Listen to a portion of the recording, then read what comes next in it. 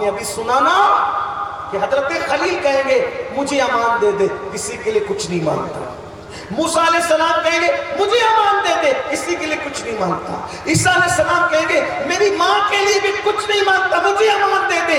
جب یہ منظر دیکھا جا رہا ہوگا اس وقت ایک منظر لوگ اور دیکھیں گے، ایک ذات ہوگی وہ بھی گھٹنے ٹیک کر سر کو زمین پہ رکھ کر کہے گی میں اپنے لیے کچھ نہیں مانگتا، میری امت کو بخش دے۔ رب ہب لی امتی، رب ہب لی۔ وہ کون ہوگا؟ وہ کون ہوگا؟ وہ کون ہوگا؟ وہ صرف میرا اور تمہارا نبی آمینہ کا لال ہوگا۔ لیکن حضور کیا کہیں گے؟ حضور کیا فرمائیں گے؟ حضور کیا فرمائیں گے؟ غور کریں، کیا؟ رب ہب لی امتی، امتی، امتی، میری امت کو بخش، امت کو نہیں۔ توجہ اسی میں بات ایڈ ہو رہی، غور کرنا۔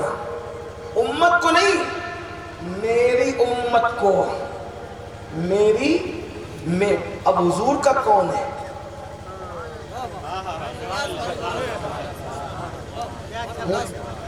بھائی عبداللہ بن ابی یہ منافقوں کا سردار تھا، تو رسول اللہ کو ان کا بیٹا سچا مسلمان تھا اور وہ باپ منافق تھا، تو بیٹے نے دعوت دی کہ حضور میرے ابا کا جنازہ پڑھا دیں، تو اب وہ تھا منافق اور اس کا نفاق حضور جانتے تھے کھلا ہوا تھا، یہ منافقوں کا سردار ہے، پکا بدماش، بہت بدماش، گستاخ رسول۔ حضور کو بلایا، حضور جنازہ پڑھانے آ جائیے، تو حضور نے ایک بیٹے کے اس کا جو وہ صحابی تھے ان کا دل رکھنے کے لیے جنازہ پڑھانے چلے گئے۔ اور فاروق اعظم نے کہا حضور آپ جنازہ پڑھانے جا رہے، لیکن حضور گئے تو جنازہ پڑھانے، لیکن اس کی بخشش کی دعا نہیں کی۔ یہی تو بات ہے، حضور تو پھر حضور ہے۔ حضور نے کیا دعا کی؟ اللہم اغفر لی حینا، یہی تو پڑھتے ہیں نا، کیا دعا کی؟ حینا، اللہم اغفر لی حینا ومیتنا وشاہدنا وغائبنا وصغیرنا وکبیرنا وذکرنا وانثانا۔ یہ نا میں کیا ہے، کچھ سمجھے؟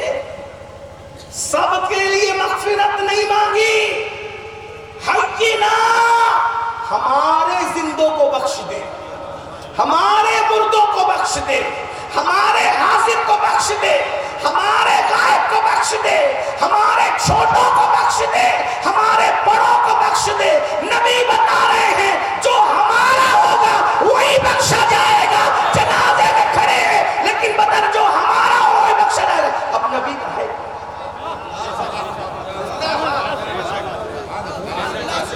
اور آج بھی جنازے میں یہی دعا کی جاتی ہے، ہم آج بھی یہی دعا کرتے ہیں۔ میت سامنے پڑی، کوئی نہیں کہتا اس کو بخش، کوئی کہتا ہے؟ بولو کوئی کہتا ہے؟ جنازہ اس کا پڑھا جا رہا ہے اور بخشے ہمارے۔ یہ ہمارے کون ہیں؟ جو نبی کے ہیں۔ ہم نبی کے کون ہیں؟ جو حضور کے وفادار ہیں وہی نبی کے، جو حضور کے وفادار، بات ختم، جو حضور کے وفادار ہیں وہ نبی کے۔ بولو وفادار ہو، نہ مت بولنا نہ، لیکن ہاں بولنے سے پہلے سوچنا، نہ بھی مت بولنا، اس لیے کہ نہ بولو گے تو کفر ہونے کا خوف ہے۔ ہاں اس لیے جواب دینے سے پہلے سوچنا، لیکن ہاں بولنے۔ وفادار کون ہوتا ہے؟ بس اس پہ بات پوری کر۔ وفادار کون ہوتا ہے پتہ ہے؟ جو اپنے محبوب کے لیے سب چھوڑ دے۔ بات اینڈ کو پہنچ رہی، میری بات سمجھ میں آ رہی ہے آپ کو؟ بات اینڈ کر رہا ہوں۔ وفادار کون ہوتا ہے؟ بولو بھائی، جو محبوب کے لیے، ایک جملہ کہوں حدیث کی روشنی میں، ارے بھائیو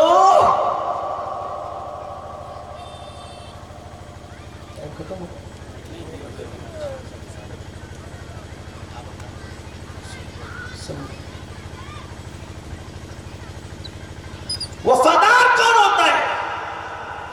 جو محبوب کے لیے سب چھوڑتا ہے۔ بھائیو جب آدمی وفا کرتا ہے نا، وفا، تو محبوب کے عشق میں اپنا باپ بھی چھوڑا ہے، چھوڑنے والا۔ کیا چھوڑا ہے؟ باپ۔ ارے یہ پاپ اور گناہ کیا چیز ہے؟ جب آدمی وفا کرتا ہے تو وفا میں باپ بھی چھوڑ دیتا ہے. میں بھی حدیث پڑھوں گا اور بات اسی پہ ختم کروں گا, لیکن غور کیجئے, آدمی اپنا باپ بھی چھوڑتا ہے. ہم سے پاپ نہیں چھوٹ رہے, ہم سے گناہ نہیں چھوٹ رہے. جب کہو نا بولو کون کون جان دے گا, سب ہاتھ اٹھاتے ہیں, اور پوچھو کون کون نماز پڑھے گا, ہاتھ نیچے.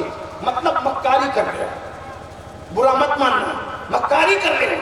آج کہتے ہیں ناموس رسالت پہ ہم پہرا دیں گے. میں بڑی معذرت کے ساتھ, کیا پہرا دو گے ناموس رسالت پر؟ تمہارے گھر میں تو خود حضور کی بے ادبی ہو رہی ہے,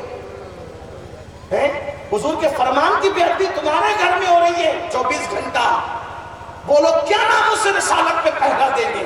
ناموس رسالت پر پہرا دینے والے وہ تھے جو پہلی رات کی دلہن چھوڑ کر کے نبی کے فرمان پر جان دینے کے لیے آئے. ناموں سے ناموس رسالت پہ پہرا نہیں ہوتا. جو ناموس رسالت جانتے ہی نہیں ہو وہ اس پہ پہرا کیا دے سکتے ہیں؟ اپنا حال یہ ہے کہ نکاح کے موقع پر قاضی صاحب کلمہ پڑھا رہے ہیں تو دولہا کو کلمہ پڑھتے نہیں آتا. قاضی پڑھا رہا ہے نکاح کے موقع پر تو دولہا صحیح کلمہ نہیں پڑھ پا رہا ہے. اس پر کون سر پھوڑے اور ماتم کرے جو خوشیوں میں قاضی کے پڑھانے پر بھی صحیح کلمہ نہیں پڑھتا, وہ موت کی تکلیف میں کیا کلمہ پڑھ پائے گا؟ آپ کون سی بات کر رہے ہو میرے بھائیو؟ یہاں تو پورا وجود چھلنی چھلنی ہے. وہ چاہتا تھا دامن میرا رفو کرنا, اسے کیا خبر کے اندر سے کٹ گیا ہوں میں. ہمیں کچھ نہیں پتا. میں نے دوپہر کی تقریر میں یہی کہا ٹیکم گڑھ میں کہ جتنی ہیرو کی ہسٹری جانتے ہو اتنا بھی نبی کے بارے میں تم نہیں جانتے. جتنا کرکٹر کی ہسٹری جانتے ہو اتنا بھی تم نبی. تو دنیا جانتی ہے, ان کو بے وقوف بناؤ. ناموس رسالت پر حملہ یوں ہی نہیں ہوتا. جب تم ناموس رسالت کو سے بے خبر ہو جاتے ہو تو حملہ ہوتا ہے. جس دن تم باخبر ہو جاؤ تو بچے کو یاد دلا دو حضور کا ذکر. بلکہ میں آپ سے پوچھتا ہوں, حضور سے عشق کہنا, پہرا دینا ہے, چلو آؤ.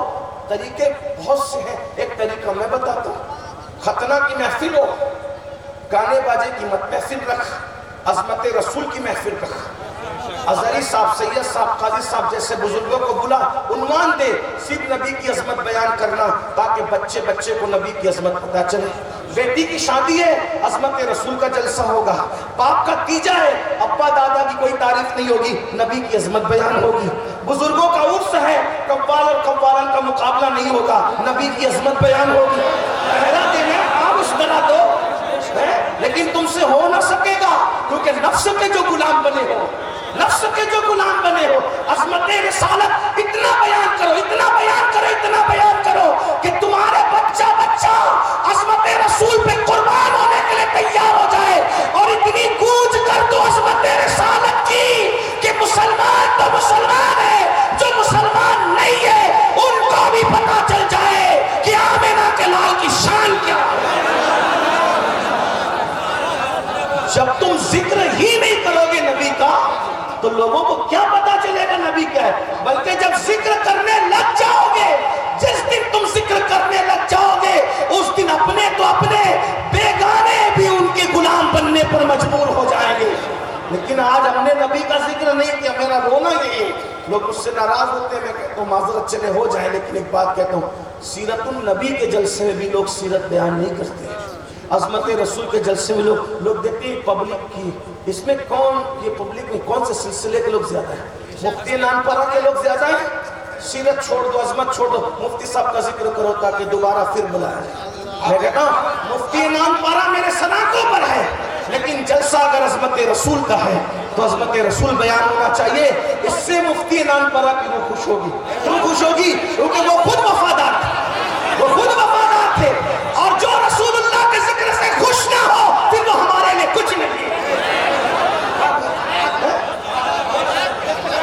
ہم نے نبی کے نام پہ کھاتے رہے لیکن دوسروں کی گاتے رہے. ارے تم سب کی تعریف کرو لیکن سب سے زیادہ تعریف رسول اللہ کی کرو. دنیا میں احترام کے قابل ہے جتنے لوگ, میں سب کو مانتا ہوں مگر مصطفیٰ کے بعد. لیکن میری قوم کے جوانوں, یہ ہماری غداریاں ہیں, بے وفائیاں ہیں کہ کھاتے نبی کے ٹکڑے رہے. صدیوں سے خاندان نبی کے ٹکڑوں پہ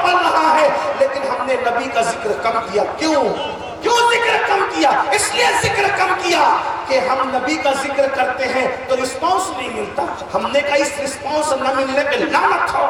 کسی کا کون کیا دے گا؟ وہ قبول کر لیں. کون دیتا ہے؟ دینے کو منہ چاہیے، دینے والا ہے سچا ہمارا نبی. وہ قبول کر لیں گے، اتنا دیں گے کہ دینے والا.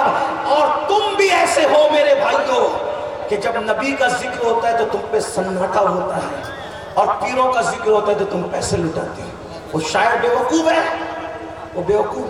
بھائی اپنا پیر کتنا بھی بڑا ہے، نبی کے نالین کے ذرات کے برابر بھی. اس لیے سب سے محبت کرو، لیکن سب سے زیادہ نبی سے محبت. بلکہ کسی کو پیر اسی لیے بنایا کہ وہ ہاتھ پکڑ کے نبی تک پہنچا دے. جو ٹرین اسٹیشن پر ہی روک لے منزل پر نہ پہنچائے، وہ ناکارہ ٹرین چھوڑنے کے قابل ہے، پکڑنے کے قابل نہیں ہے. ٹرینیں وہی پکڑنے کے قابل ہے جو منزل تک لے جاتی ہے.